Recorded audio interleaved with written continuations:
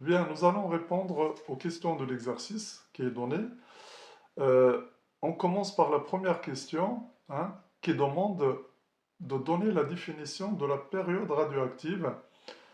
Là, je vous ai noté la définition, hein, qu'on peut donner sous différentes manières, mais sachez que celle-là, hein, c'est la définition qu'on trouve, hein, le plus souvent. Donc, c'est la durée au bout de laquelle la moitié de noyau radioactif d'un échantillon s'est désintégré. Donc, dans cette phrase, les mots qui sont importants, c'est la moitié de noyau radioactif. Vous voyez? Ça, c'est important. Et c'est la durée, bien sûr, parce qu'il s'agit d'un temps. Donc, c'est la durée au bout de laquelle la moitié de noyau radioactif d'un échantillon s'est désintégré. Sachez que la période radioactive, on l'appelle aussi le temps de demi-vie aussi. Donc je vous donne aussi le temps de demi-vie. Et on peut noter aussi ce temps par T1 demi aussi, vous voyez? Donc soit T majuscule, soit T1 demi. Quelques compléments sur la période radioactive. Donc sachez qu'il y a déjà une formule qui permet, hein, de calculer ce temps, une formule qui est importante. C'est T égale à ln de 2 sur lambda, vous voyez? Donc lambda, si on prend le temps en secondes, lambda c'est seconde moins 1. Donc sachez que lambda, ça s'appelle la constante radioactive, constante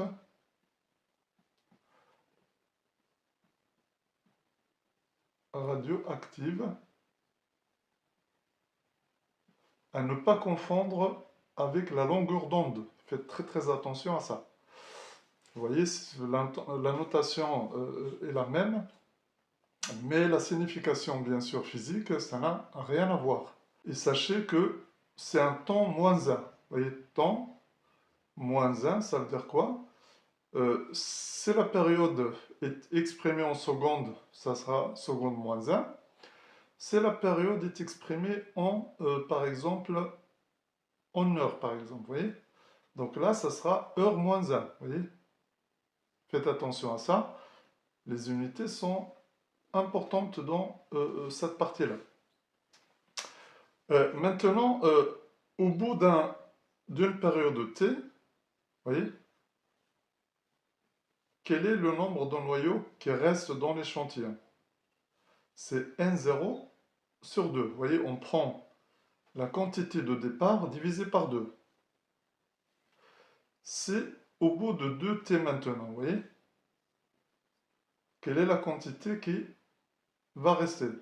Je mets N1 par référence à 1T, vous voyez. Là, je mets euh, au bout de 2T, deux fois la période radioactive. Donc N2 égale à N0 divisé par 2 au carré, ça veut dire N0 sur 4. Vous voyez? Mais maintenant, si vous avez NT, c'est-à-dire N peut valoir 3, 4, 5 et au-delà, eh bien, la formule générale, je vais vous la donner, c'est N0 divisé par 2 puissance N. Donc retenez bien ça, c'est très très important. Parfois on vous demande déterminer le nombre de noyaux radioactifs au bout, par exemple, d'un certain temps. Et il s'avère que ce temps, c'est un multiple entier de la période radioactive. Si c'est un multiple entier, comme ça, soit 1, soit 2, soit 3, soit 4, soit 10, eh bien, vous faites n0 divisé par 2 puissance n. Sachant que n, c'est le nombre de périodes radioactives.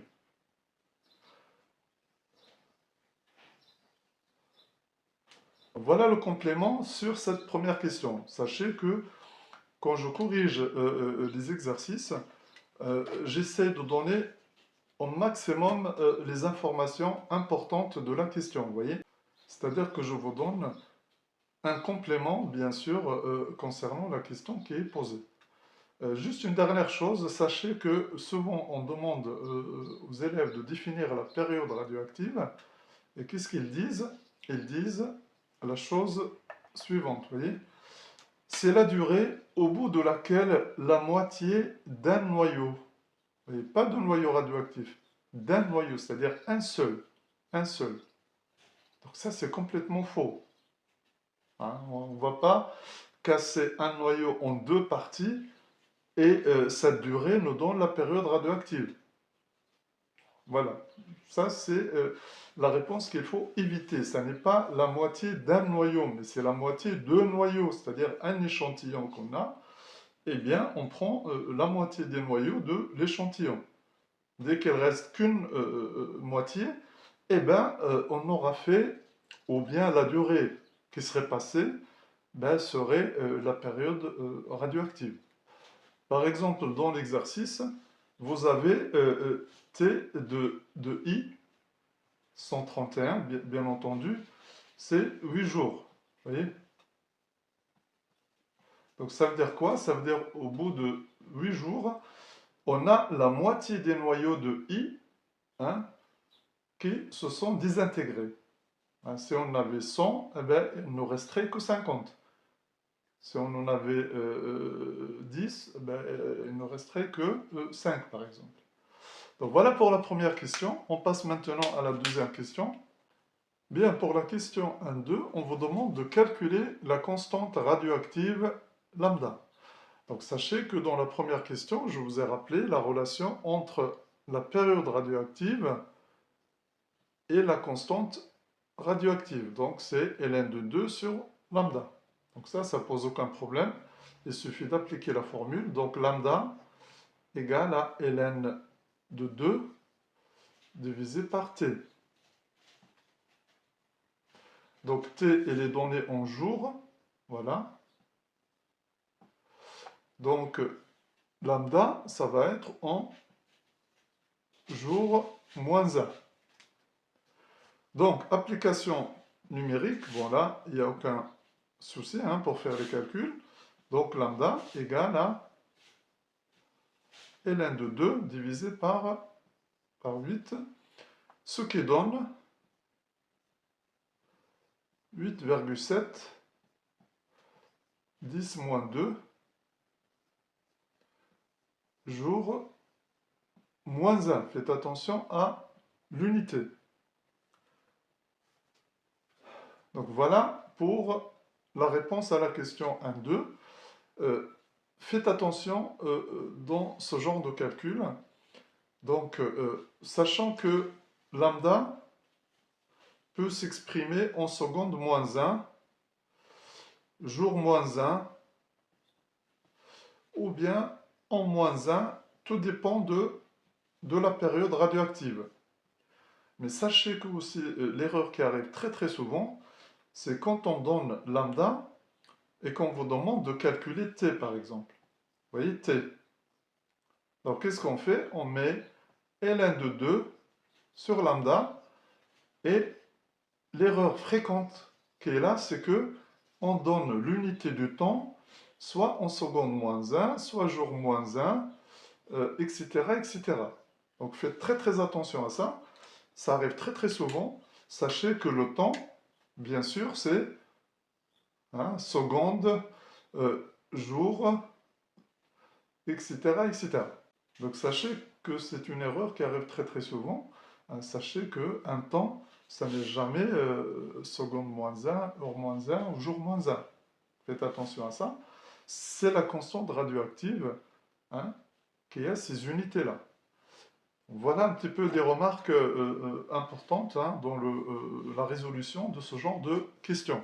À chaque fois, j'essaierai de vous donner quelques informations sur quelques erreurs qui arrivent souvent dans les examens ou dans les devoirs au lycée ou même à l'université, vous voyez. Et pour la question 1.3, on vous demande de calculer la masse d'iode qui va rester au bout de 24 jours. Donc, quelle est d'abord la quantité ou la masse à t égale à 0? Vous voyez, à t égale à 0, j'ai une masse que je peux noter m0 égale à 10 mg. Faites très très attention aux unités, ce n'est pas des grammes, 10 mg. Bien, donc sachez que la relation normalement qu'on doit utiliser de façon directe, c'est m, vous voyez, en fonction du temps, égale à m0 exponentielle moins lambda fois t, lambda t. Donc sachez que vous connaissez n de t égale à n0 exponentielle moins lambda t. Sachez qu'il y a la multiplication comme ici, mais en général, vous ne la trouverez pas dans les équations, mais voilà. Sachez que la masse m de t, vous voyez, est proportionnelle à n de t. Et que m0, elle est proportionnelle à n0. Pourquoi je vous donne ces informations? C'est pour montrer que à partir de n de t égale à n0 exponentielle moins lambda t, on peut écrire aussi m de t égale à m0 exponentielle moins lambda fois t. Donc voilà, donc ceci étant, bon maintenant il suffit de faire l'application numérique, ça veut dire que la masse au bout de 24 heures, alors vous n'êtes pas obligé de mettre comme moi entre parenthèses 24 heures, mais je le mets pour la clarté des choses, est égal à 10 mg, donc 10 exponentielle. Moins lambda, on l'a calculé précédemment, mais si vous voulez plus de précision, c'est bien de remplacer lambda par ln de 2 sur t, vous voyez, fois t. Donc vous voyez, en écrivant ça, j'ai plus de précision dans les calculs. Mais sinon, vous utilisez lambda, qu'on a déjà trouvé tout à l'heure, à savoir 8,7, 10 moins 2, jours, moins 1. On peut directement remplacer lambda par cette valeur. Mais sinon, on peut la remplacer par son expression et faire le calcul d'un seul coup, comme ça, on a moins d'arrondi, moins de, voilà, et plus de précision. Donc, la seule difficulté ici, et faites attention, il faut la noter. Attention ici, t et t doivent avoir la même unité. Donc ça, c'est obligatoire. Donc, nous allons noter la même unité. Et là, j'ai le t qui est donné en jours, et on vous demande en 24 jours, le petit t. Donc là, c'est très bien. Vous voyez, j'ai t égale à 8 jours, et j'ai petit t, c'est 24 jours. Donc là, c'est très bien, j'ai la même unité. Sinon, il faut convertir. Si on vous donne par exemple t en année, il faut convertir l'année en jours. Si on garde, t en jours, ou bien en secondes, ou bien en heures. Donc sachez, ça c'est important. Une fois qu'on a fait attention à toutes ces remarques, on calcule tout simplement.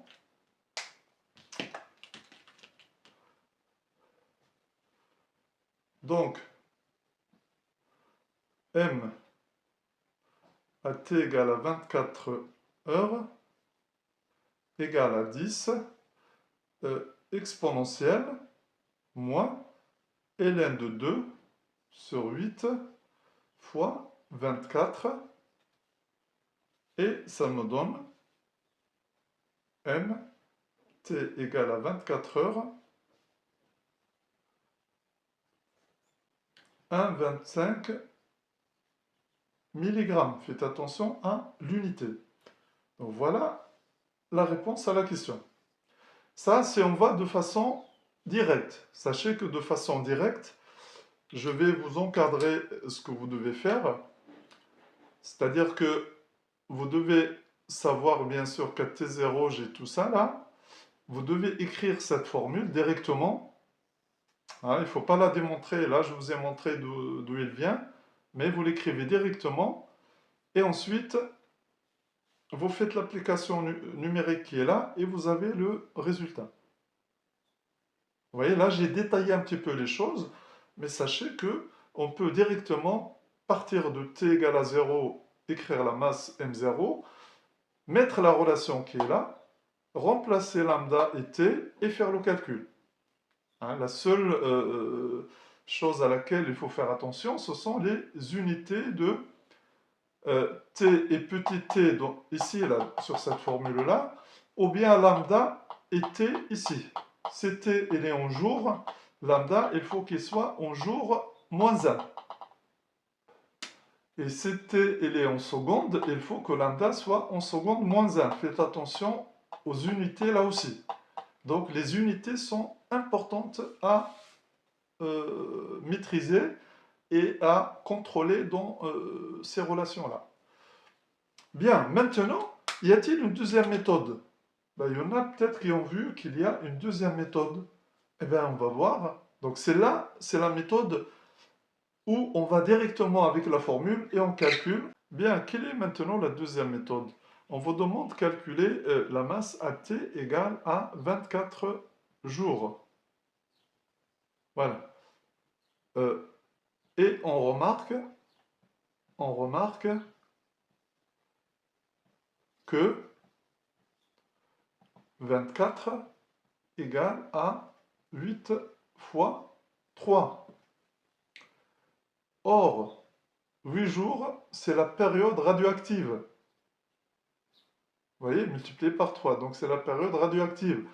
Ça veut dire quoi? Ça veut dire que vous allez utiliser les remarques que j'ai données dans la première question. Vous voyez que j'ai anticipé un petit peu, hein, en vous donnant ces formules, parce que je sais qu'elles sont très très importantes et très utiles pour faire des calculs et pour répondre à des questions dans divers exercices. Qu'est-ce que je vous ai donné? Je vous ai donné n égale à n0 sur 2 puissance n, sachant que j'ai n périodes. Sachant que j'ai n périodes. Ça veut dire n fois t. Bien entendu, ici, la masse m, elle est proportionnelle, bien sûr, au nombre de noyaux. M0, la même chose, proportionnelle à N0. Donc, la relation s'écrit aussi sous cette forme m égale à M0 divisé par 2 puissance n. Vous voyez que tout ce qui est valable pour le nombre de noyaux est valable pour la masse aussi. Et donc, l'application numérique, donc m à t égale à 24 heures, bien entendu, 24 heures, hein, comme ça, égale à 10 mg divisé par 2 puissance 3. Donc en fait, ça veut dire 10 divisé par 8. Donc ce qui me donne bien sûr la même valeur que tout à l'heure, à savoir 1,25 mg. 1,25 mg. Donc vous voyez que cette méthode elle est très très intéressante. Donc dès qu'on vous donne un temps t, et on vous demande de calculer soit n, soit m, soit l'activité aussi, hein, c'est toujours les mêmes formules, et bien vous regardez d'abord si le temps, est-ce que le temps est un multiple entier de la période, comme ici. Si c'est le cas, eh bien, vous appliquez directement ces formules-là. Celle-là, ou bien celle-là, ou bien celle qui correspond à l'activité radioactive aussi. Donc, vous voyez, là, je vous ai donné deux méthodes, sachant bien sûr, si on n'avait pas remarqué cette méthode-là que je viens d'utiliser, hein, on aurait pu faire la formule de départ et trouver un bon résultat. Donc ça, il n'y a aucun souci sur ça. Mais j'essaie de vous donner quand même euh, voilà, toutes les pistes, hein, au moins le maximum de pistes pour arriver à la réponse à une question. Voilà. C'est intéressant parce que ça peut vous aider à choisir la méthode hein, qui vous convient. Bien, pour la question 2.1, hein, on vous dit dans le texte que l'iode 131 est radioactif bêta-. Donc ça, c'est important à souligner dans le sujet. Vous voyez, c'est bêta-. Et là, on vous demande d'écrire l'équation bilan de la désintégration. Donc l'équation bilan, d'abord, on vous demande de rappeler les règles, les lois. Donc, je vais rappeler les lois, qu'on appelle les lois de Soddy. Il y en a deux. Une qui porte sur le nombre de nucléons, donc conservation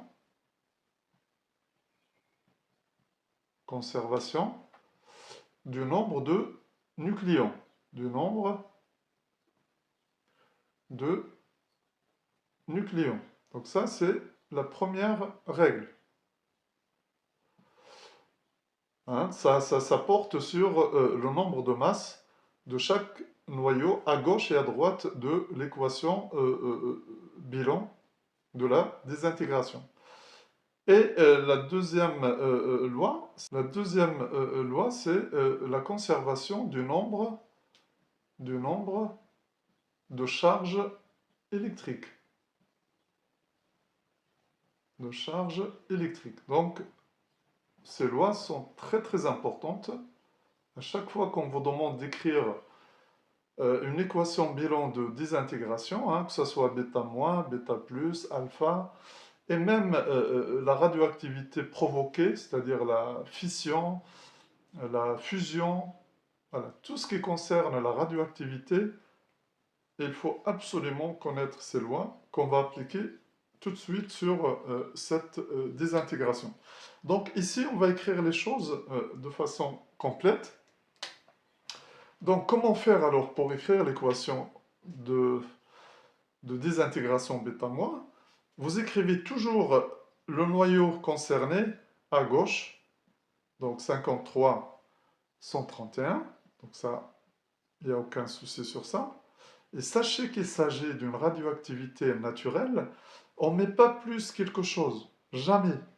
Parce que le noyau se désintègre tout seul, sans aucune intervention de l'extérieur. Donc retenez bien ça, on met plus dans le cas de la fusion, dans le cas de la fission, mais dans le cas de bêta-, bêta+, alpha, radioactivité naturelle, on met le noyau ici directement, on met une flèche comme ça, hein, pour la désintégration, et si je ne connais pas le noyau ici, je l'appelle X, vous voyez, X de numéro atomique Z et de nombre de masse A. Plus, bien sûr, la particule, il faut savoir de quelle particule hein, il s'agit dans cette désintégration. Donc il s'agit d'un électron. Il faut savoir l'écrire aussi. -1, 0. Attention, -1 en bas, 0 en haut. On peut mettre un moins ici si vous voulez. Voyez. Soit j'écris ça tout simplement et je mets une étoile ici pour montrer que X est excité. Voyez. Voilà.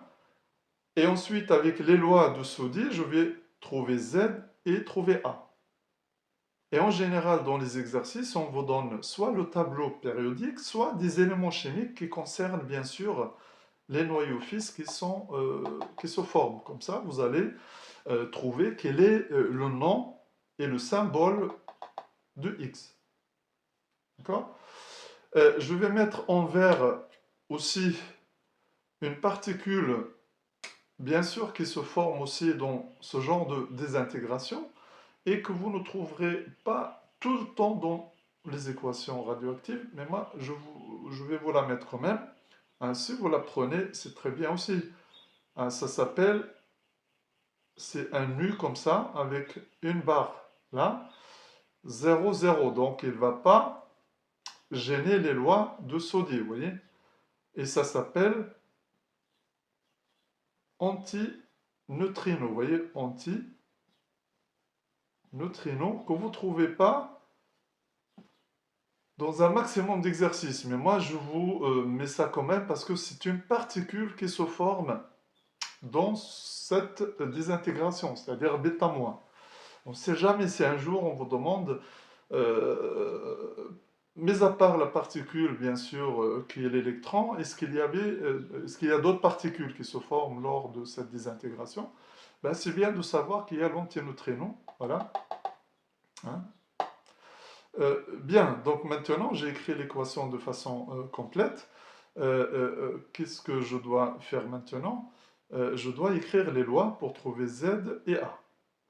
Sachez ici, pour retenir quand même l'antineutrino avec une barre comme ça, regardez là, vous avez -1, pensez à ce moins avec une barre et la mettre là, vous voyez? Parce que pour bêta plus, vous voyez, pour bêta plus, c'est le neutrino qui se forme, vous voyez? C'est le neutrino, voilà, neutrino qui se forme, pas l'antineutrino. Donc vous voyez qu'elles sont séparées par la barre, et la barre, pensez au moins, voilà, vous voyez, comme ça, hein, vous n'oubliez pas que c'est l'antineutrino, d'accord? Parce que bêta plus, en fait, c'est un positron, comme ça, vous voyez, plus 1. Vous voyez? Vous voyez la différence entre ça et ça, c'est qu'il y a une barre, et donc pensez bien sûr à ce moins qui est là, pour se rappeler de l'antineutrino. Voilà, ceci étant dit, bien, maintenant, concernant les lois, on va mettre conservation du nombre de nucléons. Vous voyez, j'écris tout ça parce que c'est important, hein. Voilà. C'est ici, donc 131, vous voyez, ce qui est à gauche, égal, vous voyez la flèche, vous la remplacez par égal, vous voyez. Donc, égal à A plus 0. Je vais marquer 0, même si ça ne sert à rien, voilà, 0. Et 0 ici aussi. Donc, ça veut dire quoi? Ça veut dire que le A, c'est 131. Donc, voilà, le A, je sais qu'il vaut 131 nucléons, le nombre de masses. Maintenant, conservation du nombre de charges électriques.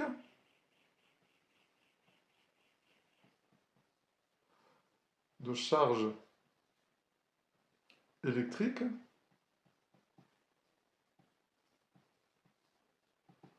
Donc, c'est en bas. Donc, 53 égale Z moins 1. Donc, Z égale à 54. Donc, vous voyez que maintenant, j'ai le numéro atomique de noyau fils. Donc, il suffit que je cherche dans un tableau périodique ou bien dans les éléments chimiques qu'on me donne. Vous voyez, on me donne que XE, c'est 54, 131. Vous voyez, c'est le xénon. Hein, c'est le gaz rare, xénon. Hein, donc, le X, maintenant, je l'ai, c'est XE 54 131. Voilà. Maintenant que vous avez trouvé le noyau fils, c'est bien de réécrire maintenant l'équation bilan avec les noyaux, bien sûr, concernés. Hein, c'est ce que je vais faire tout de suite. Après, vous écrivez donc, ça veut dire la conclusion de votre travail, donc I 53 131 donne le xénon, voilà, 54, 131, excité bien entendu, plus l'électron, plus l'antineutrino que je vous mets aussi. Voilà l'équation bilan de désintégration de I131 avec le noyau fils excité. Donc, si vous voulez être complet et être, bien sûr, donner une réponse, mais vraiment complète, etc., même si elle n'est pas demandée ici, eh bien, après, des excitations du noyau fils, vous voyez, 54, 131, cette désexcitation, vous voyez, là, le noyau, il est à un niveau d'énergie très, très, très, très grand. Qu'est-ce qu'il va faire? Il va descendre en énergie, c'est-à-dire qu'il va baisser d'énergie pour acquérir l'énergie de l'état fondamental. Ça veut dire là où la stabilité est maximale. Et quand il va faire ça, qu'est-ce qu'il va émettre? Ben, il va émettre des rayons gamma, ça veut dire c'est une onde électromagnétique qui n'a pas de masse et qui n'a pas de charge électrique. Et avec ça, vous serez vraiment complet dans la résolution de la question. Ça, c'est la méthode. Admettons, vous voulez faire tout d'un seul coup. Vous voyez, au lieu de passer par le noyau qui est excité ici, là, comme ça, vous ne voulez pas qu'il soit excité. Donc, qu'est-ce que je fais? Je ne mets pas ça. Et si je mets un gamma ici, c'est pas faux. Vous voyez, ça veut dire que la désintégration, elle a produit le noyau fils excité, et c'est désexcité pour donner gamma aussi. Vous voyez, ça, c'est pas fou, ça. Vous voyez? Et donc, l'équation qui est là, je retire l'étoile, et je marque gamma. Vous voyez, comme ça. 0, 0. Et je mets toujours 0, 0 pour savoir qu'il n'a pas de masse ni de charge électrique. Ça, c'est important. Et dans ce cas-là, vous n'écrivez pas cette équation, vous voyez? Donc, vous voyez la réponse complète à cette question, c'est ce que je viens de faire. Sachez que dans certains livres, eh ben, vous trouvez directement ça, vous voyez? C'est-à-dire cette partie-là. Dans certains livres, vous trouvez que cette partie-là, vous voyez? Et on considère que l'équation est juste. Pourquoi? Parce que sous-entendu XE, il est excité, même si vous n'avez pas mis l'étoile. Quand on ne vous demande pas la désexcitation du noyau fils dans la question, par conséquent, peut être considéré juste à, voilà, 99%, vous voyez?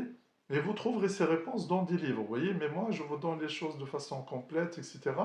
Et si vous apprenez quand même cette résolution de cette manière, eh bien, vous allez donner des réponses, mais vraiment complètes. Là, voilà. C'est très très bien, c'est bien.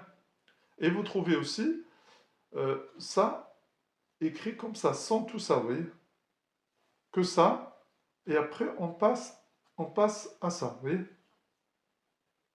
Que la partie bleue ici, et cette partie-là. Et elle est juste. Pourquoi? Parce que, comme je viens de le dire, hein, je le répète, dans la question, on ne vous demande pas le noyau fils est-il excité, est-ce qu'il va se désexciter, et quand il se désexcite, qu'est-ce qu'il émet comme rayonnement? Voilà, toutes ces questions-là, vous voyez là, je vous ai donné la réponse sans même qu'il les pose. Et puis c'est bien, sachez que une équation bilan de désintégration, il y a toutes ces choses-là qui se passent, que je viens d'écrire. Donc voilà la réponse à la question de 1 de façon complète. Bien, pour la question de 2, je rappelle d'abord l'équation. Hein, on a I 53 131 qui se désintègre en donnant un noyau fils, le xénon 54 131, plus une particule qui est un électron, plus gamma, plus antineutrinos. Donc je vous marque tout. Donc sachez que tout ça, c'est 0, 0, 0, 0. Donc quelle est maintenant l'énergie dégagée par cette désintégration? Vous voyez? Donc l'énergie dégagée par cette désintégration, donc c'est comme si on écrit ici I 53 131 qui donne le xénon 54 131 excité plus moins 1 0 moins plus bien sûr l'antineutrino ici. Donc on écrit la relation équivalence masse-énergie, donc delta E c'est delta M fois C au carré. Donc on calcule delta M. Donc delta M, c'est quoi delta M? C'est la masse du xénon 54 131, voilà, plus la masse d'un électron, moins la masse de I, c'est-à-dire de noyau d'iode 53 131. Voilà delta M. Donc sachez que c'est la masse finale moins la masse finale moins la masse initiale, c'est-à-dire la masse de ces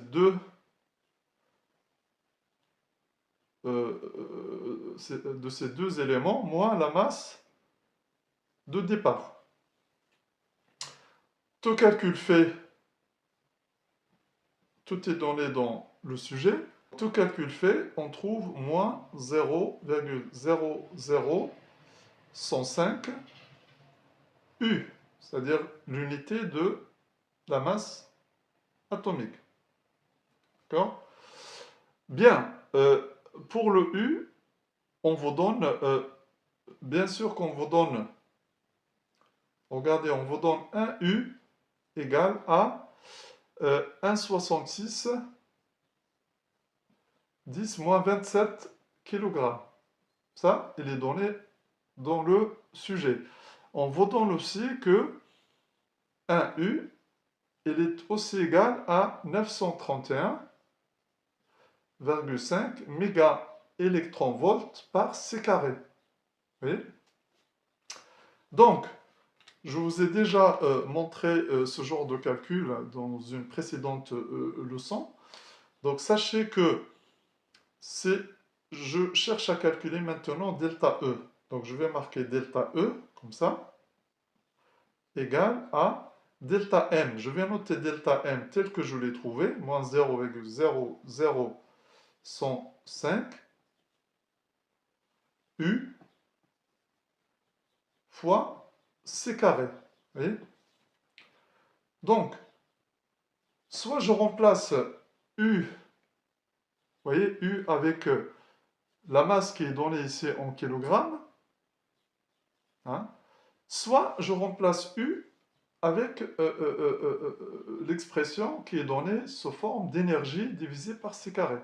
Donc, qu'est-ce que j'écris? J'écris delta E égale moins 0,00105 fois U, je remplace ça par 931,5, voyez, divisé par C carré. Vous voyez, le C carré, je le mets comme ça, sachant que c'est mégaélectronvolts. Je ne vais pas mettre l'unité là, je la mettrai à la fin, fois le C carré qui est là. Il ne faut pas l'oublier. Donc vous voyez bien que là, je simplifie tout simplement par C carré qui n'est pas donné, c'est parce qu'on peut le simplifier, et on trouve une valeur de delta E, que je vais écrire ici, delta E égale moins 0,978 mégaélectronvolts. Vous voyez, voilà la valeur qu'il faut trouver. remarquez que j'ai laissé exprès le moins, vous voyez, jusqu'à la fin. Ça n'est pas faux. Vous voyez que lorsque vous trouvez une énergie comme ça négative, ça veut dire que elle est cédée à l'extérieur. Vous voyez, elle est cédée, c'est ça l'interprétation, cédée à l'extérieur. Vous voyez, un système physique qui produit de l'énergie et qui la donne à l'extérieur, elle est toujours comptée de façon négative. Et lorsqu'il reçoit de l'énergie, eh bien, elle est comptabilisée comme positive. Ça, ce sont les règles des échanges entre un système physique et l'extérieur. Oui. Sinon, j'aurais mis valeur absolue dès le départ. Hein, vous voyez que j'aurais pu mettre, puisque je sais que delta m va être négative de toute façon, hein, j'aurais pu mettre ça aussi, c'est pas faux. Vous voyez delta E comme ça, delta M, voilà. Et là, bon, je donne l'expression de delta M. Là, je vais calculer delta M comme ça, et donc je retire le moins, voilà. Et là, je vais calculer le delta E, j'enlève le moins, delta E aussi, j'enlève le moins. Donc vous voyez que j'enlève les moins partout. Donc c'est pas faux, ça aussi. Mais sachez que le fait de laisser le moins, ça n'est pas faux. Et même parfois, on vous demande que représente le moins qui est là. Quelle est sa signification physique, vous voyez?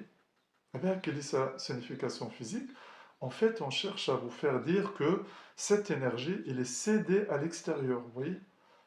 J'ai fait la correction d'un exercice précédemment où j'expliquais le fonctionnement d'une centrale nucléaire, vous voyez? Donc cette énergie, bien sûr, qui est produite par cette transformation ici, hein, qui n'est pas la fission, si vous voulez, mais c'est le même système, vous voyez? Toutes les transformations radioactives, bien sûr, euh, libèrent de l'énergie hein, vers l'extérieur, et cette énergie, elle est libérée sous forme de chaleur, vous voyez, dans les centrales nucléaires, c'est ça qui permet, bien sûr, hein, d'assurer le fonctionnement d'une centrale nucléaire. Mais ça n'est pas la même transformation radioactive, bien entendu. Mais l'idée est la même, parce qu'il s'agit de la fission. Et un exercice a été corrigé à ce titre précédemment. Voilà pour calculer l'énergie. Là, je vais vous donner une méthode aussi rapide aussi pour calculer ça. Vous voyez là, je suis parti de façon comme si je ne connais pas des astuces qui permettent un peu de simplifier les calculs ou de faire en sorte que les calculs se simplifient. Vous voyez, j'ai écrit la masse en fonction de U, je l'ai remplacé dans delta E, et j'ai remplacé U par l'expression qui est donnée avec l'énergie. Vous voyez? Et j'ai trouvé le résultat. Donc ça, il n'y a aucun souci sur ça. On peut arriver à la solution. Regardez maintenant ce que l'on peut faire aussi.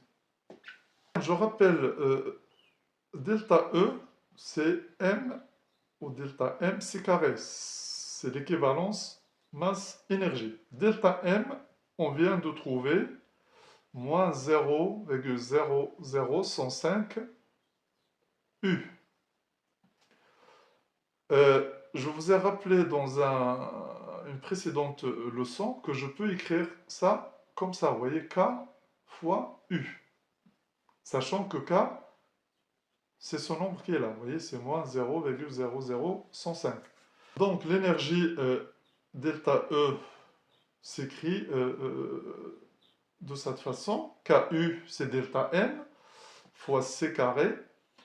Et donc, K, le U, on a dit que 931,5 sur C carré fois C carré, ça se simplifie ici et là, et ça me donne K fois 931,5 mégaélectrons volts. Donc vous voyez que j'ai simplifié par les C carrés, etc. Donc delta E peut s'écrire aussi directement. Si un jour vous trouvez delta M égale à K fois U, donc delta E va être à K fois 931,5 directement. Et ça vous donne l'énergie en méga électron-volt. Vous voyez, ça vient de la simplification, mais si vous le faites de façon automatique, c'est-à-dire dès que vous calculez delta m, eh ben, vous avez une constante fois U, et c'est la constante qu'il faut prendre, vous voyez, et multiplier par 931,5. Et ça nous donne des méga-électronvolts. Bien, pour finir la réponse à la question 2.2, donc on a trouvé delta E, je rappelle la valeur de delta E en méga-électronvolts. Hein, on a trouvé moins 0,978 méga-électronvolts. Donc, sachant que 1 méga-électronvolt égale à 1,6 fois 10 moins 13 joules. Donc ça, c'est donné sur le sujet. Donc ça, c'est important. Pourquoi c'est important? Eh bien, c'est pour calculer, bien sûr, l'énergie en joules, puisqu'elle est demandée en méga-électronvolts, c'est ce qu'on vient de trouver, et puis en joules. Donc ça, c'est pas compliqué, hein, vous remplacez tout simplement. Moins 0, je garde le moins, 978, fois 1,6, 10 moins 13, et tout calcul fait, on trouve moins 1,56 fois 10 puissance moins 13 joules. Donc vous voyez que l'énergie, bien sûr, en joules, elle est très très faible. C'est normal parce qu'il s'agit d'un seul noyau. Vous voyez que si vous avez une infinité de noyaux, eh bien, il faut multiplier cette énergie par le nombre de noyaux concernés. Donc voilà, faites attention, hein, un méga électronvolt, c'est 1,6 10 moins 13 joules, mais un électronvolt, je vais le rappeler ici, un électronvolt, c'est 1,6 10 moins 19 joules. Donc faites attention à ça. Hein. C'est parce qu'un méga-électronvolt est égal à 10 puissance 6 électronvolts. C'est pour cela, 10 moins 19 plus 6, ça donne 10 moins 13. Donc voilà, ce sont des conversions intéressantes à savoir, hein, parce qu'on vous demande souvent ça. Voilà pour la question de 2. Bien, je rappelle que la désexcitation du noyau fils qui s'est formé, 54-131, hein, j'ai déjà répondu à cette question.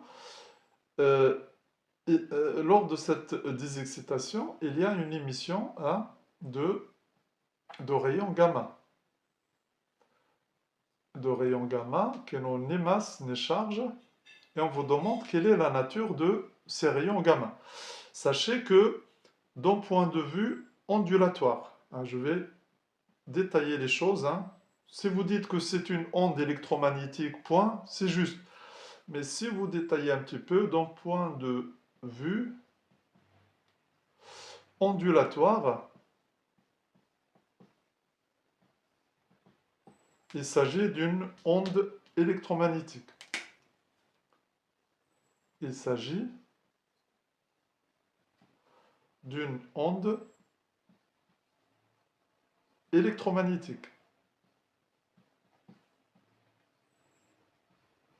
Sachez que là, je vous apprends quand même les règles de façon complète.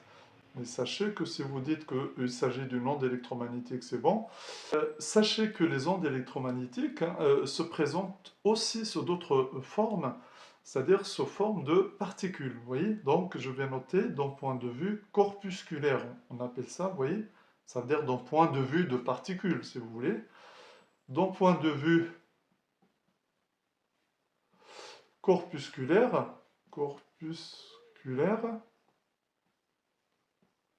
c'est-à-dire si on prend les ondes électromagnétiques comme des particules, ben là, il s'agit d'un photon. Vous voyez, il s'agit, en fait, les deux réponses sont justes. Il s'agit d'un photon. Sachez par exemple la lumière. La lumière, c'est une onde électromagnétique. Soit on peut la traiter comme onde, et dans ce cas-là, elle est caractérisée par une fréquence, une longueur d'onde, une célérité. Vous voyez? soit comme des particules, vous voyez, comme photons, ça c'est comme onde, ou bien comme photons.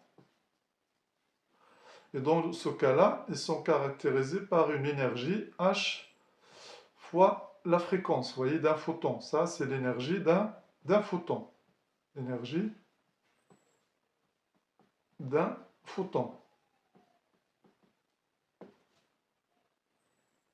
Vous voyez, et la relation entre ces grandeurs physiques, hein, c'est lambda fois nu égale à C. Vous voyez que ça, on peut trouver ça avec les unités. Vous voyez que lambda, c'est en mètres. La fréquence, c'est seconde moins 1. Et donc ça, c'est mètre S-1 pour la célérité. Vous voyez que la formule est homogène. Voilà comment se rappeler pour trouver cette formule-là. Vous voyez, il suffit de remplacer chaque grandeur par son unité et on trouve cette relation-là. Bref, ça c'est juste un petit complément, là ici, hein, ça ne fait pas partie de la réponse. Voilà pour la réponse complète à la question 3.1, mais sachez que si vous dites tout simplement gamma est une onde électromagnétique, point, ben la réponse est juste. Mais là, quand même, je détaille un petit peu les choses pour aller plus loin et donner toutes les réponses possibles, hein, qu'on peut donner à cette question-là. C'est ça l'intérêt de faire un exercice avec des rappels de cours, avec des rappels de méthode et avec des rappels aussi de techniques, hein, données à chaque question. Pour la question numéro 3, bien entendu, j'ai donné la réponse depuis le début de la résolution, mais sachez que là où j'ai noté la réponse, c'était un complément des questions qui étaient posées. Donc faites attention à ça parce que je vous donne beaucoup d'informations, parmi lesquelles vous avez déjà la réponse, hein, qui est toute évidente.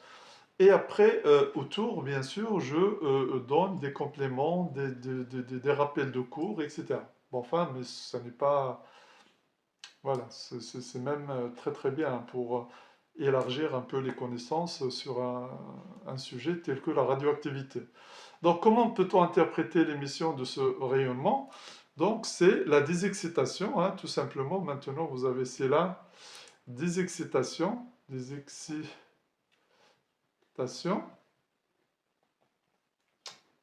du noyau fils. Vous voyez?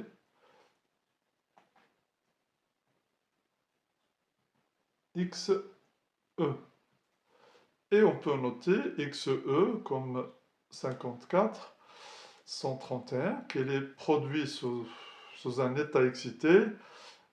Une fois qu'il va se désexciter, 131, plus, bien entendu, les rayons gamma. Voilà, bon, tout ça, la réponse ne pose aucune difficulté.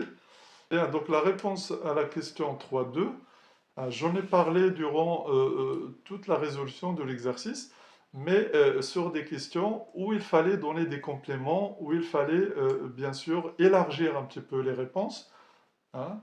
Mais sachez que dans cette question-là, bien entendu, la réponse elle est évidente, hein. Les rayons gamma se produisent par la désexcitation du noyau fils. C'est toujours le cas. Vous voyez que les noyaux fils se produisent dans un état excité et par conséquent en se désexcitant, c'est-à-dire en passant à l'état d'énergie fondamentale, et c'est l'état où il est le plus stable. C'est l'état fondamental, vous voyez?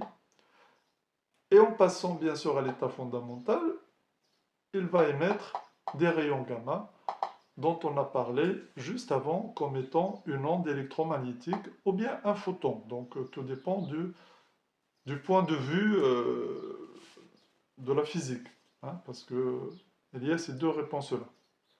Bien, pour finir la question 3.2, on vous donne un diagramme énergétique du noyau fils. Bon, ça, c'est le diagramme du noyau fils qui est le xénon.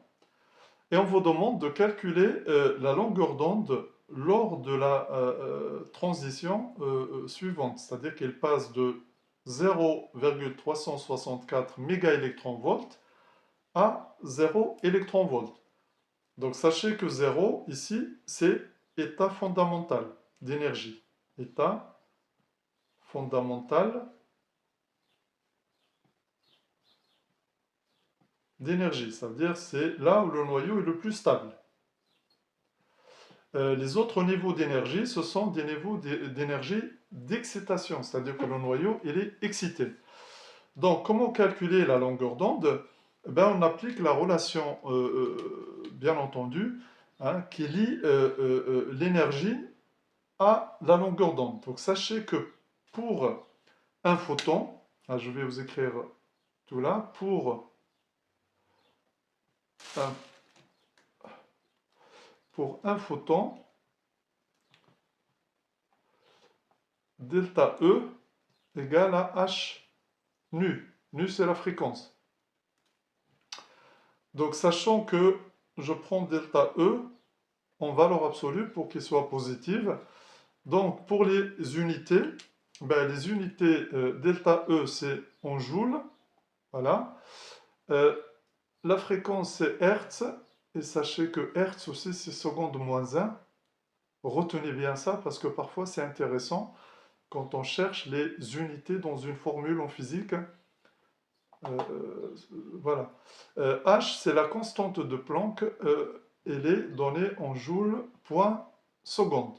Donc, vous voyez, joule point seconde fois seconde moins 1, ça me donne joule. Vous voyez que si je mets joule point hertz, eh bien, je ne peux pas savoir est-ce que ça vaut des joules ou pas. Vous voyez? Donc, c'est seconde moins 1, il est intéressant ici, vous voyez, pour trouver l'unité de l'énergie. Donc sachez aussi la relation, je l'ai donnée juste avant, vous voyez que quand je vous donne des relations, c'est qu'elles sont utiles, que la fréquence, c'est c sur lambda. Donc c, c'est quoi? C'est la célérité de la lumière dans le vide, et c'est en mètres par seconde. Lambda ici, c'est en mètres, et la fréquence, bien sûr, c'est des hertz. On travaille dans le système international d'unité. Donc maintenant, si je mets les deux formules ici ensemble, ça va me donner, je vais l'écrire en rouge, que delta E égale à H fois C sur lambda. Voilà, donc il suffit de calculer delta E. Donc voilà la formule. Il suffit de calculer delta E et avoir la valeur de H et de C pour trouver lambda. Bien, on calcule maintenant delta E. Donc sachez que delta E, allez, en valeur absolue, égale à 0 moins 0,364. 0,364 et ça donne 0,364 méga électron-volt. Attention, cette valeur est à convertir en joules. Donc, delta E égale à 0,364 fois 1,6 10-13 et on trouve delta E égale à 5,82 10 puissance moins 13 joules. Donc ça, c'est important. Faites très très attention à la conversion, bien sûr, d'unité. Ça, c'est en joules. Ça, c'est en mètres. Mètres par seconde. Les unités sont très très importantes. Les unités sont très très importantes à maîtriser parce que sinon, voilà. Pourquoi en joules? C'est parce que elle est donnée en électron-volt, vous voyez? Bien, pour finir la réponse à la question 3.2, je rappelle ce qu'on a trouvé. On a trouvé que delta E égale à 0,364 méga électron-volt. qu'on a converti en joules. Donc on a trouvé 0,364 fois 1,6 10 moins 13 joules et on trouve delta E est égal à 5,82. 5,82 10 puissance moins 14 joules. La relation qui donne lambda, je vais la réécrire aussi, HC sur lambda. Donc, lambda égale à HC sur delta E. Donc, vous avez toutes les données. En respectant les unités, on va trouver lambda à peu près 3,41 fois 10 puissance moins 12 mètres. Donc en nanomètres, comment on fait? Eh bien, sachez qu'un mètre, vous voyez, regardez, je vais le mettre ici. Un nanomètre, faites attention à ça aussi parce que l'erreur arrive très très souvent, moins 9 mètres. Donc un mètre, c'est l'inverse, vous voyez, vous écrivez l'inverse, 10 puissance 9 nanomètres, vous voyez? Voilà. Donc ici, je vais remplacer n par 10 puissance 9. Donc ça va me donner 3,41 10 moins 12 fois 10 puissance 9 nanomètres. Ce qui me donne finalement lambda égale 3,41 fois 10 puissance moins 3 nanomètres. Donc vous voyez que c'est une longueur d'onde très très faible, hein, sachant que le visible, il est entre 400 et 800 nanomètres. Vous voyez que là, j'ai à peu près, voilà, une valeur très très faible, et c'est normal pour les rayons gamma, parce que leur longueur d'onde est très très faible, et par conséquent, la fréquence est très haute, et l'énergie est très très forte. Et c'est pour cela qu'ils sont, bien sûr, dangereux par rapport à d'autres rayons infrarouges, visibles, X, vous voyez, même les rayons X sont dangereux. Or, les rayons gamma, c'est-à-dire les ondes électromagnétiques, bien sûr, émis par des transformations radioactives, hein, ce sont les plus dangereuses. Ce sont des ondes très très dangereuses. Donc voilà pour la résolution de cet exercice. Bon courage et à la prochaine.